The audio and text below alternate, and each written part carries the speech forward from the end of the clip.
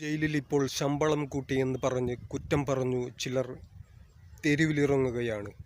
ഒന്ന് ചോദിക്കട്ടെ, ശരിക്കും പ്രശ്നം ശമ്പളം കൂടിയതാണോ അല്ലെങ്കിൽ നമ്മുടെ ചിന്ത കുറവാണോ? ജയിൽ കുറ്റവാളികളെ ജീവപര്യന്തം ശിക്ഷിക്കാനുള്ള സ്ഥലമല്ല. അത് മനുഷ്യരെ മാറ്റി സമൂഹത്തിലേക്ക് തിരികെ കൊണ്ടുവരാനുള്ള സ്ഥലമാണ്. കള്ളും കഞ്ചാവും വിറ്റ് ജീവിച്ചിരിക്കുന്ന ആളുകൾക്ക് നേർമാർഗത്തിൽ അധ്വാനിച്ചു ജീവിക്കാൻ പഠിപ്പിക്കുന്നതാണ് ജയിൽ പരിശീലനം. അവിടെ ഒരു ജോലി പഠിച്ചാൽ, ഒരു ശമ്പളം കൊടുത്താൽ അവൻ അടുത്ത ദിവസം കുറ്റത്തിലേക്ക് തിരികെ പോകില്ല. ഇത് കുറ്റവാളിക്ക് സഹായമല്ല, സമൂഹത്തിന് സുരക്ഷയാണ്.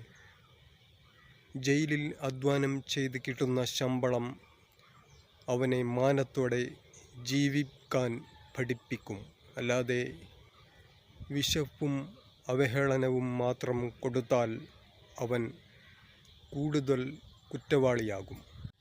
ഇവിടെ ചോദിക്കേണ്ടത് ഇതാണ്: ഒരു കുറ്റവാളിയെ മാറ്റണമോ അല്ലെങ്കിൽ തിരിച്ചു തെരുവിലിറക്കി വീണ്ടും കുറ്റം ചെയ്യിപ്പിക്കണമോ?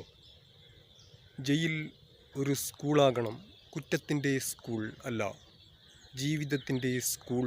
ശമ്പളം കൊടുക്കുന്നത് അധ്വാനത്തിന് ആണ്, കുറ്റത്തിന് അല്ല.